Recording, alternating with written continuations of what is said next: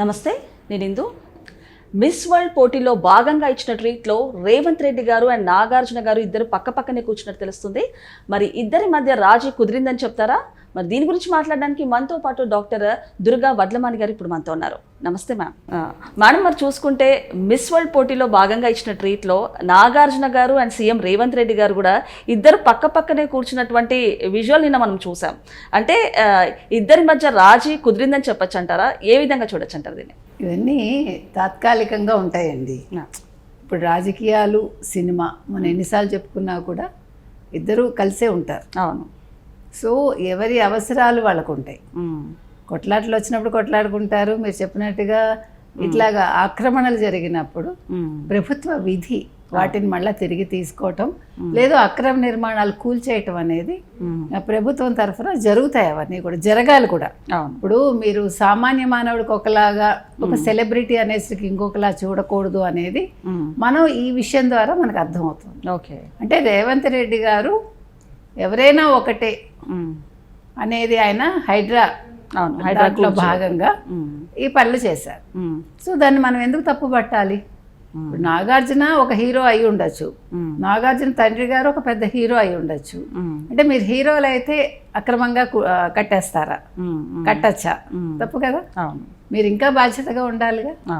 మీరు ఒక సినిమా హీరోగా ఉంటూ మీరు సినిమాల్లో నీతులు చెప్తారు, మీరు సినిమాల్లో న్యాయం గురించి మాట్లాడతారు, ప్రజలకి మీరు సందేశాలు ఇస్తారు.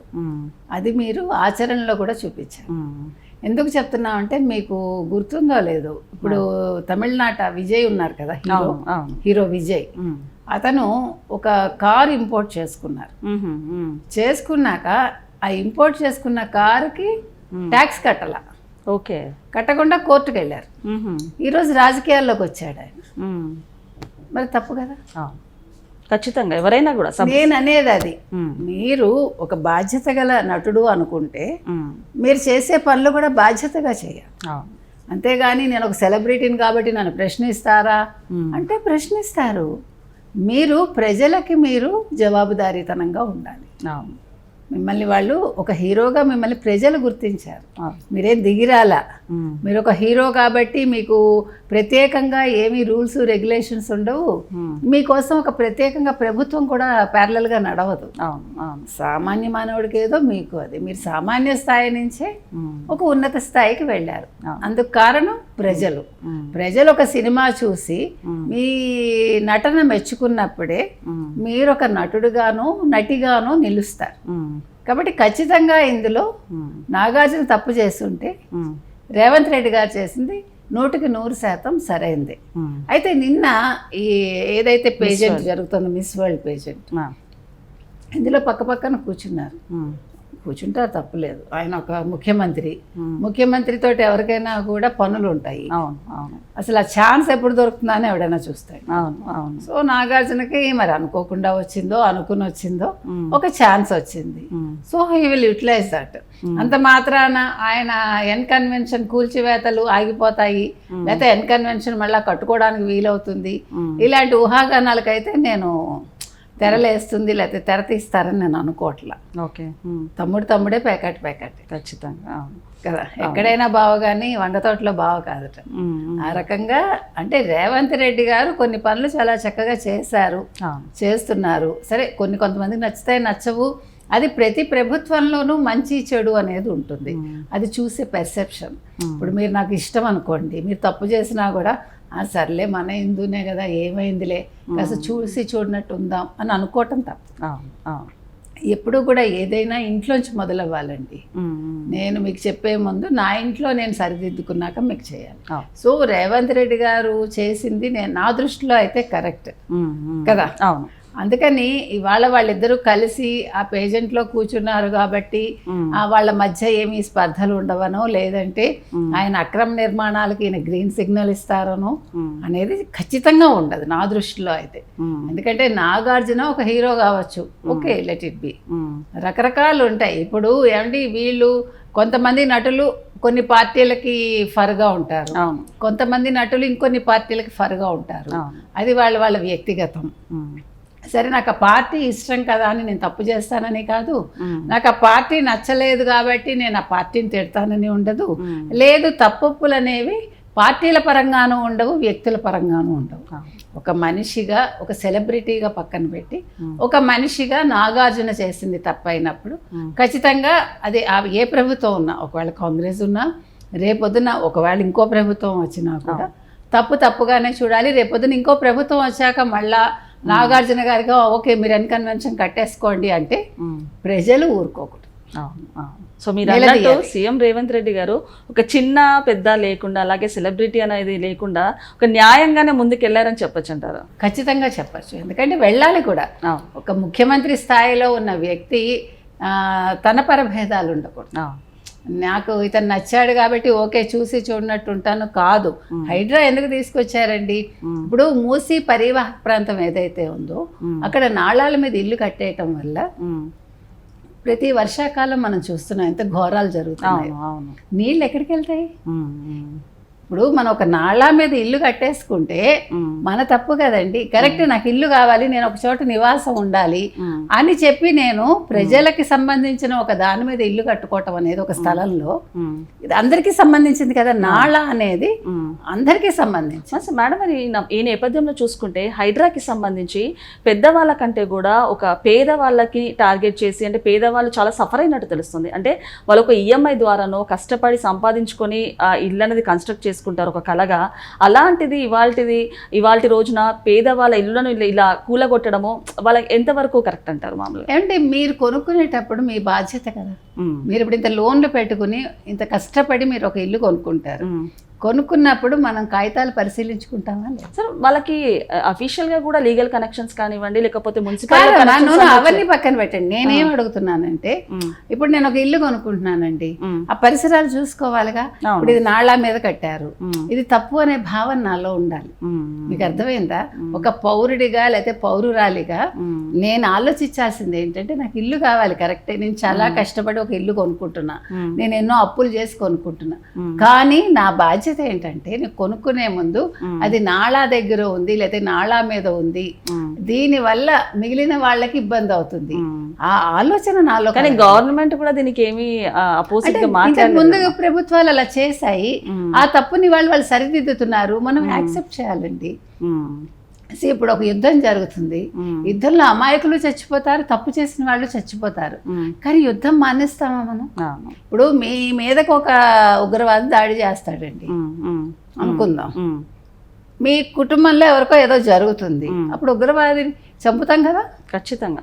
కాకపోతే మేడం, ఈ సిచ్యువేషన్ లో చూసుకుంటే పేదవాళ్ళు ఎంతో కష్టపడి ఈఎంఐ కట్టుకొని చేసుకున్నారు. అలాంటిది వీళ్ళకి అంటే వీళ్ళ పరిస్థితి ఏమంటారు? ఏం అవ్వట్లేదు, వాళ్ళకి కాంపెన్సేషన్ ఇస్తున్నారు, లేదా వేరే చోట ఇల్లు చూపిస్తున్నారు కదా. Utilize that. నాకు దూరం కాబట్టి నేను వెళ్ళను. ఏమంటే మీరు ఆరోగ్యం ఆలోచించండి ఫస్ట్. మనం ఆలోచించాల్సింది ఇప్పుడు వ్యక్తుల ఆరోగ్యం ముఖ్యం కదా. ఇప్పుడు మీరు ఒక నాళా దగ్గర ఉంటే ఆ వాసనకి మీ ఊపిరితిత్తులు పాడవుతాయి. ఖచ్చితంగా ఖచ్చితంగా. కేటీఆర్ గారు ఏమన్నారు, నేను వెళ్ళి అక్కడ ఒక వారం రోజులు ఉంటాను, నువ్వు జీవితకాలం ఉంటావా? మనం కేటీఆర్ గారిని అడుగుతున్నాం. అవును అవును. మీరు జీవితకాలం ఆ నాళా దగ్గర మీరు బతుకుతారా? మీ ఆరోగ్యం బాగుంటుందా? మీరు ఉండగలరా? అంతకు ముందు ప్రభుత్వం అయితే చర్యలు తీసుకోలేదు మేడం, ఇప్పుడు ప్రభుత్వం చర్యలు తీసుకుంటుంది. అంటే ఇప్పుడు వీళ్ళు ఎలాంటి పరిస్థితులు ఎదుర్కోబోతున్నారంటారు ఈ పేద ప్రజలు? ఏమంటే పేద ప్రజలు ధనికులు కాదండి. ఇప్పుడు నాగార్జునది కన్వెన్షన్ కొట్టించేశారు, అవును అవును, వి యాక్సెప్టెడ్ దట్. అలాగే వీళ్ళకి వేరే చోట చూపించినప్పుడు వాళ్ళు యూటిలైజ్ చేసుకుంటారు. అంటే వాళ్ళు ₹1,00,00,000 పెట్టి కొనుక్కున్న ఇల్లుని మేడం ఒక డబుల్ బెడ్రూమ్ తోటి వాళ్ళు సరిపెట్టడం అలాగా నేను I cannot say, I cannot judge అండి, బట్ ఇట్స్ మై రెస్పాన్సిబిలిటీ. ఒక పౌరురాలిగా ఈవెన్ నేను ఆ పొజిషన్ లో ఉన్నా కూడా I have to accept that. According to government మనం వెళ్ళాలి. ఎందుకంటే ప్రభుత్వం అనేది ఉన్నది మన మంచి చెడు చూడడానికి. వాళ్ళు చెడు చేస్తే మనం నిలదీయాలి, కానీ వాళ్ళు మంచి చేసినప్పుడు మనం దానికి చేయూతనివ్వాలనేది నా ఉద్దేశం. అంటే కొన్ని మంచి జరిగేటప్పుడు కొన్ని చెడు జరుగుతాయి, కొన్ని నష్టాలు వస్తాయి మనకి. కానీ మీరు ఆలోచించాల్సింది ఏంటంటే, ఏ విషయమైనా సరే ఇవాళ ఒక పని చేస్తున్నాం అంటే లాంగ్ రన్ లో దీని ప్రభావం ఎలా ఉంటుంది, లేదు లాంగ్ రన్ లో ఇది ఎంతమందిని ఇబ్బంది పెడుతుంది, ఈ ఆలోచన ప్రతి మనిషిలోనూ కలగాలి. నిజంగానే మీరు అన్నట్టు ఒకవేళ ప్రభుత్వం కనుక సరిగ్గా ఉండుంటే ఇవాళ ప్రజలు కూడా ఒక కరెక్ట్ నేపథ్యంలో కూడా ఉండేవాళ్ళని డెఫినెట్ గా. ఇప్పుడు మీకు ఏమైతుందంటే వలసలు ఎక్కువైపోయాయి. అవును. ఇప్పుడు హైదరాబాద్ అనేది ప్రతి వాళ్ళకి కూడా ఆ, పని దొరుకుతోంది. ఆ, ఆ పని కోసం వచ్చేసినప్పుడు ఎవరు ఎక్కడ ఏది దొరికితే అది తీసేసుకుంటున్నారు. ఇప్పుడు వాళ్ళందరినీ వెనకేసుకొచ్చే వాళ్ళు చాలా మంది ఉంటారు, కొన్ని పార్టీలు ఉంటాయి. వాళ్ళు ఎవరైనా వాళ్ళ స్థలంలో వీళ్ళని ఇల్లు వేసుకొని ఇస్తారు. మీరు చెప్పండి నాకు. ఇప్పుడు ఎంత కమ్యూనిస్టులైనా లేదు మరొక పార్టీ వాళ్ళైనా వాళ్ళకి ఆస్తులు లేకుండా ఉన్నాయా? వాళ్ళ ఆస్తిని వీళ్ళకి ధారాదత్తం చేస్తారు? చెయ్యరు కదా. వాళ్ళు ఎదగడం కోసం వీళ్ళని రెచ్చగొడతారు. వీళ్ళు ఆఖరికి ఏమవుతారు, నా ఘర్కా నా ఘాట్కా అన్నట్టుగా అవుతుంది.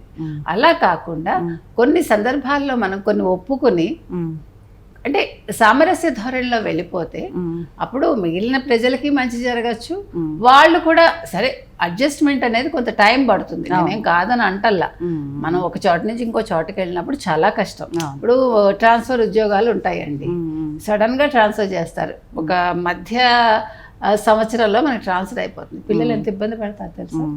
అంటే ఇవన్నీ ప్రాక్టికల్గా మేము అనుభవించిన వాళ్ళం కాబట్టి ఉంటాయి. కానీ ఒక పౌరుడిగా మనం అంటే సామాజిక బాధ్యతతో ఉండాలని నేను అంట.